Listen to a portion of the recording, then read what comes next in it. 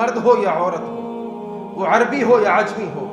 وہ کسی بھی جگہ پہ رہنے والا ہو، وہ شمال میں رہتا ہو، وہ جنوب میں رہتا ہو، وہ مشرق میں رہتا ہو، وہ مغرب میں رہتا ہو، ہر مرد اور عورت یہ جو صاحب حیثیت ہے زکوٰۃ ان پر فرض ہے۔ اور دوسری شرط نبی علیہ الصلوۃ والسلام نے فرمایا حتی یحول علیہ الحول، اگر 1 سال آپ کے مال پر گزر جائے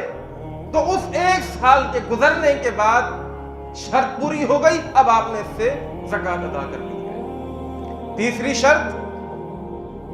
انسان اپنے جس مال سے زکوٰۃ ادا کر رہا ہے ضروری ہے کہ وہ مال حلال کمائی کا ہو۔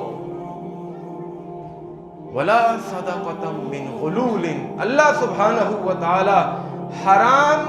جگہوں سے حاصل ہونے والے پیسے کے اوپر جو زکوٰۃ دی جاتی ہے اللہ اسے قبول نہیں کرتا۔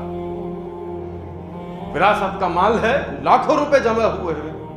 کروڑوں روپے آپ کے پاس ہیں، وہ پیسے آپ نے دینے ہیں، سامنے والا تقاضا بھی کر رہا ہے اور آپ کہتے ہیں نہیں جی، آپ ہڑپ کر کے بیٹھے ہوئے ہیں، آپ اپنا حق جتاتے ہیں اس پیسے کے اوپر، اور سال گزرنے کے بعد آپ بڑے ہی ماشاءاللہ جو ہے وہ زکوٰۃ ادا کرتے ہیں۔ نہیں،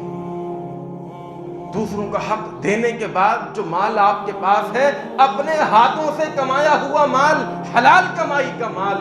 اس کے اوپر جو ہے وہ آپ نے 2.5% ادا کرنا ہے۔